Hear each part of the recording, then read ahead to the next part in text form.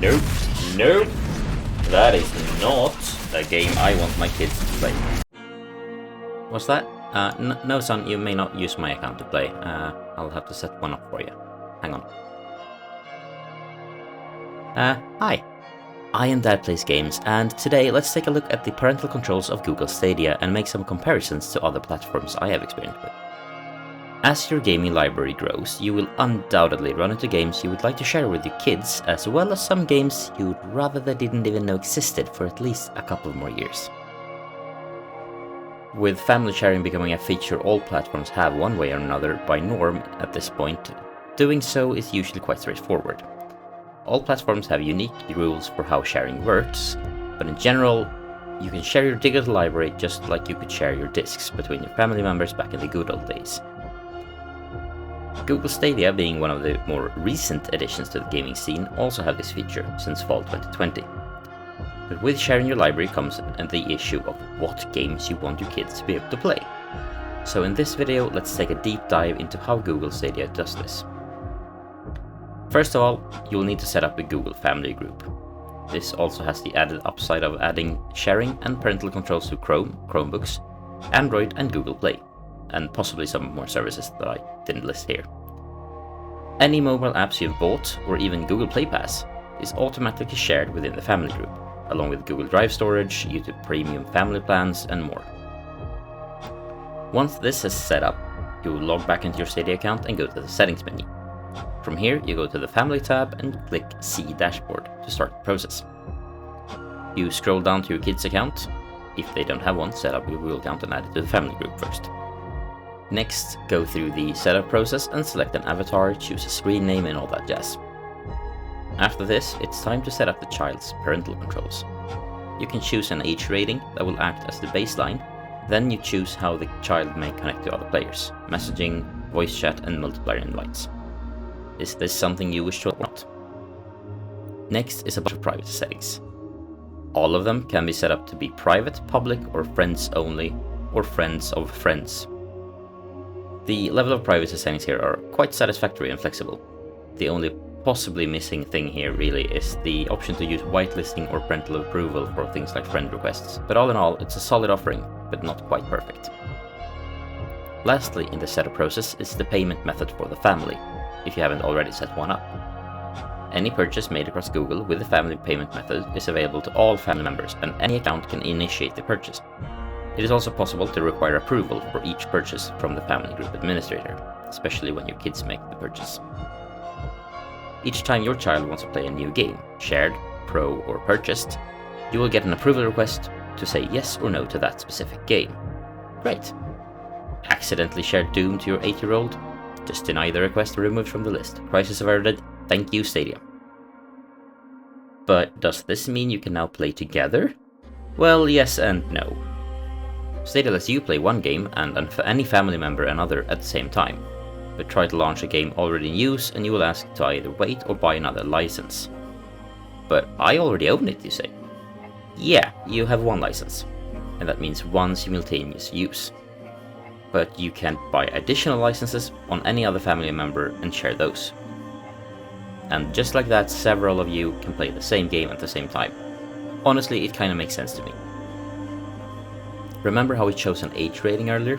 That is the baseline. In the family setting, you can easily turn off and on access on a child account to any game in the shared library. So if one PEGI 12 rated game is a family favorite and you are okay with it being played by your child, you can increase the age rating and turn off all other games in the PEGI 12 rating list except that one. Any game not approved will be hidden from the library, and any game not within the age rating will even be hidden from the store. It's like it didn't exist at all. There is also the ability to automatically share anything you buy or claim, or you can manually share on a game-per-game basis. On the Chromecast, you can also set up a code for your account, so that the child cannot log into your user and simply bypass everything. And in the event you forget your code, the fix is simply to remove the account from the Chromecast and add it back through the app. It only takes a couple of minutes. Lastly, through the Family Link app, you can manage even more parental control from the Google account in general, some of which may carry over to Stadia. All in all, it's a good parental setup, but it's not perfect. The ability to limit screen time is surprisingly missing. Sure, you can limit it on Android through the Family Link app, but if the child is playing on Chrome or the Chromecast, there is seemingly no way to limit how long a session can be or how much the child is allowed to play for it during a day. It would also be nice to be able to control what's available in the store with more than just the age rating, like being able to block content based on the keywords in the age rating, like blood, violence or nudity for example. And some of the settings for multiplayer and privacy would be nice to be able to whitelist on a per game basis instead of being global only.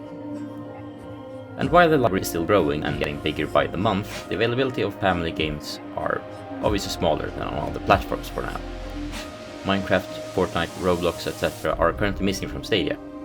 Not to criticize the family-friendly games that are on the Stadia, they are great, but it might not be what the kids are talking about in the yard right now. But with a service-based platform comes a brilliant solution to the missing features above. It can easily be approved upon server-side, no need to update the console or anything like that. In comparison, on the PS4 there is no way to whitelist games. It's age ratings only, and anything locked is still listed in the interface, just without the art and the lock on it so you can't play it. Meaning the games they can play will be mixed in with a lot of broken icons essentially. And while there are play limits globally, they're from the console itself. Any child with an account on it will have the same limit, and when that limit is reached, it's either a hard lock or a silent notification with no repercussions. It's no flexibility at all, and there's also not much stopping a nifty child from using an adult user to bypass it all.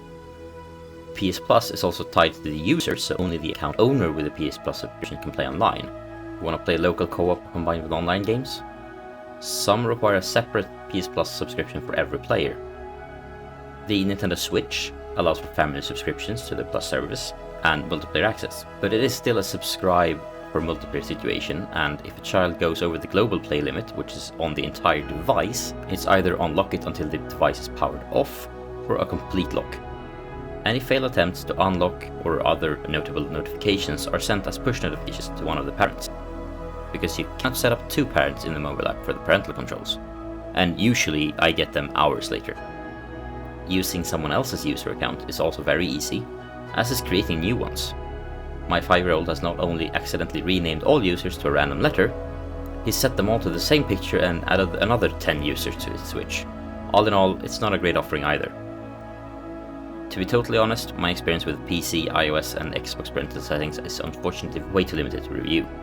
But out of Stadia, Switch and PlayStation 4, there is simply no competition. Stadia is hands down the best platform for parents with kids who want to play. It honestly makes me wonder if Nintendo and Sony ask people without kids to design their parental systems. Their solutions are essentially useless. Stadia, sure, it might need a little work, but at least it's kinda good. On top of this, all that is really required is buying a game or two, or subscribing to Stadia Pro, a compatible screen and a solid internet connection. No need for any console purchase that can break or has an upfront cost. It's not hogging the TV for when you or a sibling want to watch Paw Patrol or something else.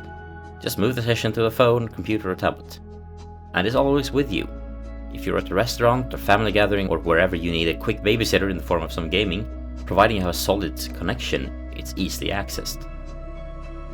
So if you're a parent with kids who like playing games, or perhaps you want to introduce gaming to them, I very much recommend using Google Stadia. It is simply the best option for parents, and for some peace of mind while your kids play. There you go, kiddo. Yeah, sure, let's play some Submerged. No, not that way. You should go. Never mind. Yes, the boat. Yes, the boat going in circles does look funny. No, it's over that hill. Yeah, sure, just do it. Thank you for watching. Please subscribe to the channel to catch the next stream or video, whenever that may end up being. And if you like this video, let YouTube know by clicking the like button. Oh, and there's also some other videos on this channel, and maybe they'll be to your liking too. No, not that way. Hang on, let me show you.